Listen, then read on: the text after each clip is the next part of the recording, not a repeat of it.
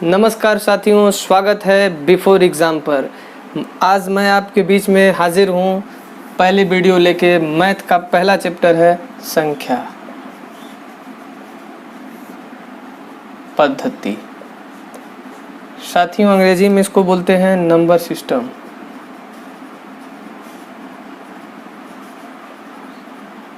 बहुत सारे मित्रों का मानना होता है इस पे क्यों टाइम वेस्ट करें, यह तो बहुत आसानी है, सबको आता है। मित्रों, मेरा मानना है कि जब आप बिल्डिंग बनाते हैं, यदि उसकी नींव ही कमज़ोर हो तो उस बिल्डिंग को आप बहुत ऊंचाई तक नहीं ले जा सकते हैं।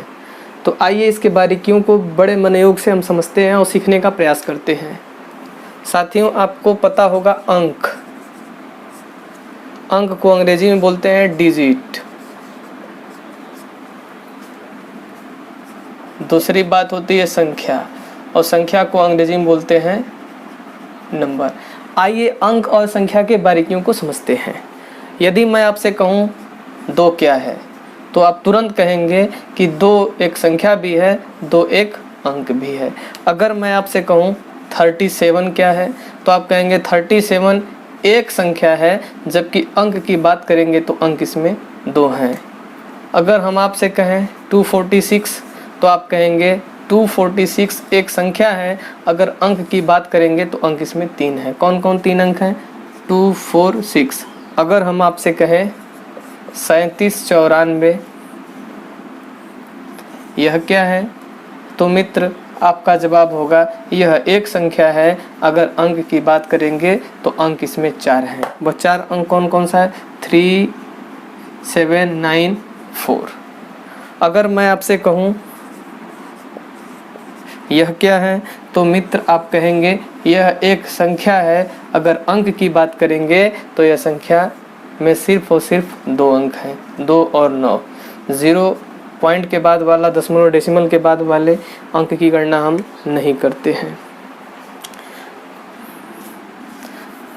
अंक कितने होते हैं? यदि अंकों के बारे में बात किया जाए, अंक कितने होते हैं, तो अंक होता है 0, 1, 2, 3, 4, 5, 6, 7, 8, 9। टोटल अंक हमारे पास जो होते हैं 0 से लेके 9 तक होते हैं। ये टोटल अंक हैं, ये टोटल अंक है मित्र। सबसे छोटा अंक 0 होता है, सबसे छोटा है, और यह 9 सबसे बड़ा अंक है। अगर प्रश्न पूछा जाए कि सबसे छोटा अंक कौन सा होता है, तो आप कहेंगे 0 होता है, और सबसे बड़ा अंक कौन सा होता है, तो आपका जवाब होगा 9 होता है।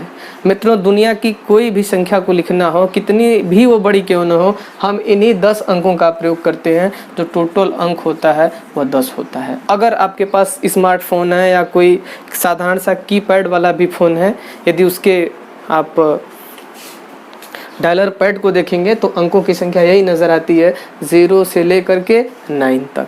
चाहे वो संख्या 1 अंक की हो तब भी इन्हीं का प्रयोग करेंगे, वो संख्या 10 अंक की हो तब भी मित्र इसी अंक का प्रयोग करेंगे। अब बात करते हैं संख्या। अब हम बात करेंगे संख्या की, कि संख्या क्या है भाई। तो संख्याओं की अगर बात किया जाए तो मित्र आप यही कहेंगे कि संख्याओं के बारे में हम पहले से ही कई बातें जानते हैं। हम संख्याओं का प्रयोग करते हैं, उनके बारे में अनेक बातें जानते हैं। संख्याएं प्रत्यक्ष वस्तुओं को गिनने में हमारी सहायता करती हैं। संख्याएं प्रत्यक्ष वस्तुओं को गिनने में हमारी सहायता करती है, अर्थात संख्या गणितीय वस्तु है। संख्या गणितीय वस्तु है, जिनका प्रयोग हम किसी परिणाम को प्राप्त करने में करते हैं, जिनका इस्तेमाल हम किसी परिणाम को, किसी रिजल्ट को प्राप्त करने में करते हैं। कोई परीक्षा होती है, उसके परीक्षाफल को प्राप्त करना होगा तो इन्हीं संख्याओं का प्रयोग हम करते हैं। वो संख्याएं विभिन्न रूप में हो सकती हैं। तो आइए अब हम संख्याओं का वर्गीकरण करेंगे, और मुख्य रूप से संख्याओं का वर्गीकरण करने पर हमें पता चलता है इनका वर्गीकरण मुख्य रूप से 2 प्रकार से होता है। जो पहला होता है वास्तविक संख्या। वास्तविक संख्या। जो दूसरा होता है वो होता है काल्पनिक संख्या। काल्पनिक संख्या। वास्तविक संख्या को अंग्रेजी में बोलते हैं रियल नंबर, रियल नंबर, जबकि काल्पनिक संख्या को बोलते हैं इमेजिनरी नंबर, इमेजिनरी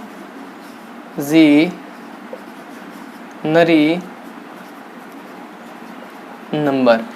अगर हम वास्तविक संख्या की बात करेंगे तो नाम से ही स्पष्ट है, जो वास्तव में एग्जिस्ट करती हैं, जिनका प्रयोग हम वास्तव में करते हैं, जिनका प्रयोग हम विभिन्न संक्रियाओं को हल करने में करते हैं। जबकि जो काल्पनिक संख्या होती है, नाम से ही स्पष्ट है कि इनका प्रयोग हम इनका प्रयोग हम करते नहीं हैं बल्कि मान लेते हैं। वास्तव में ये संख्याएं नहीं होती हैं, वास्तव में ये संख्याएं होती नहीं हैं, हम मान लेते हैं कि ऐसा हो सकता है, लेकिन वास्तव में होती नहीं है।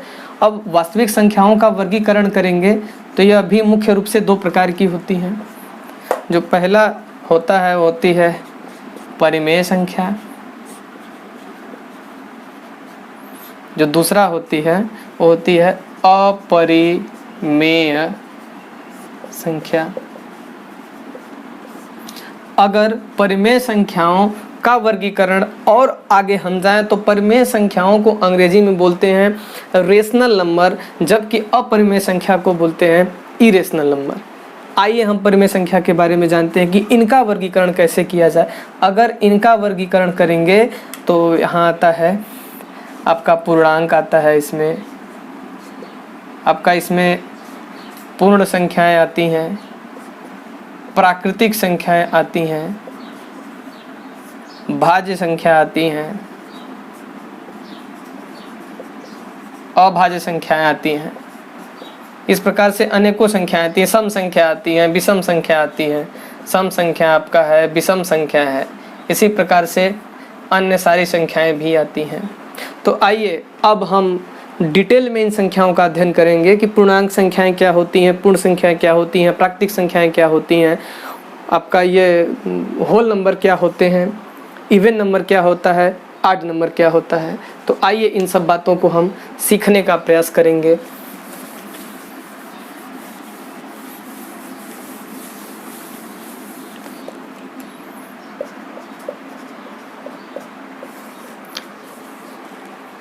हम नीचे से ही पढ़ने का प्रयास करेंगे। पहली संख्या प्राकृतिक संख्या।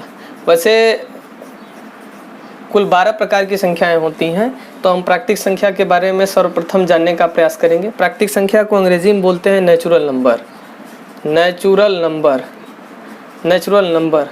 साथियों, प्राकृतिक संख्या को हम गणना की संख्याएं बोलते हैं, गिनती की संख्याएं बोलते हैं।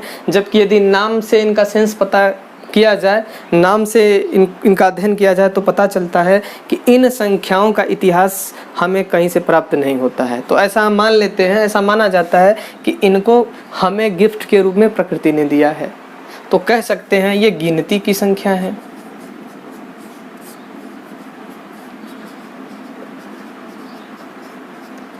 गिनती की संख्याएं हैं। जब गिनती का नाम आया तो गिनती स्टार्ट कहाँ से होती है मित्रों? गिनती स्टार्ट होती है 1 2 3 4 और ये जाती है कहाँ तक? अनंत तक। कुल मिला के ये धनात्मक होती हैं, कुल मिला के ये धनात्मक होती हैं। अभी हमने प्राइमरी स्कूल में पढ़ा है, बहुत सारे स्कूलों में पढ़ा है, वहाँ पे गिनती का एक चार्ट बना होता है दीवारों पे। जनरली ये प्राइमरी स्कूलों में ही बना होता है। आप ध्यान से देखेंगे तो वहाँ गिनती लिखी होती है 1 2 3 4 5 6 7 8 9 10, फिर अगली लाइन में 11 12 13 14 15 16 17 18 19 20, इसी तरह से वो 100 तक होती हैं। तो आप ध्यान दीजिएगा वहाँ ज़ीरो शामिल नहीं होता है। तो गणना की संख्याओं में, गणना के कार्य में ज़ीरो का प्रयोग हम नहीं करते हैं। अगर करे होते, हम पंसारी की दुकान पे जाते, कोई सामान चाहिए होगा तो उससे बोलते भैया हमें 0 किलो दे देना, हमें 0 लीटर दे देना, जबकि ऐसा संभव नहीं।